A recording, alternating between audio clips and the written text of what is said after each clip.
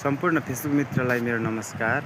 मैले केही समय अगाडि एक भिडियो हालेको थिएँ हाम्रो यो पुलको बारेमा। हाम्रो पुल बजेट स्वीकृत भइसकेको छ र हामीले अब केही दिनमा त्यो पुल काम सञ्चालन गर्ने भएका छौँ र यो पुलको लागि पहल गर्ने एकदमै विकास प्रेमी नेता बिर्ख टमट्टा हिमालले एकदमै आफ्नो मनमुटु जीवज्यान लगाएर हाम्रो पुललाई एकदमै अगाडि बढाउनु भएको तीव्रता गरेर अहिले हाम्रो पुल स्वीकृत भएको छ। यसरी हाम्रो गुरुको सही हेर्नुहोस्, यसरी यी खोला तरेर आउँछन्। बर्खा मास लगाइसक्यो, बर्खा मासको बाढीले त्यो पुल काठको पुल छ सानो, त्यो पनि बगाएर लिन्छ। अनि हामीले हरेक दिन हरेक बर्खा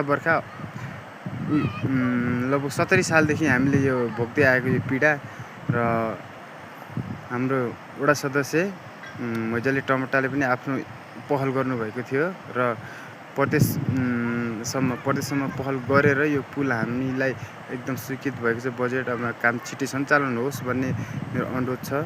सम्पूर्ण साथीहरूले भिडियोलाई एकदम सक्दो सेयर गरेर, फेसबुक फ्रेन्डहरूले एकदम सक्दो सेयर गरेर यो भिडियोलाई माथिसम्म पुगाइदिनु होला भन्ने मेरो एकदम ठुलो आशा छ।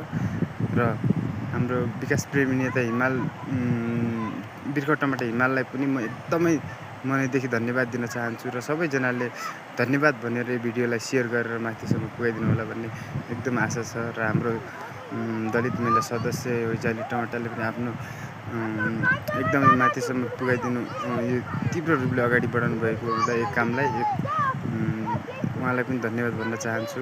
एकदमै माथिसम्म पुगाइदिनुहुन्छ भन्ने मेरो आशा छ। धन्यवाद।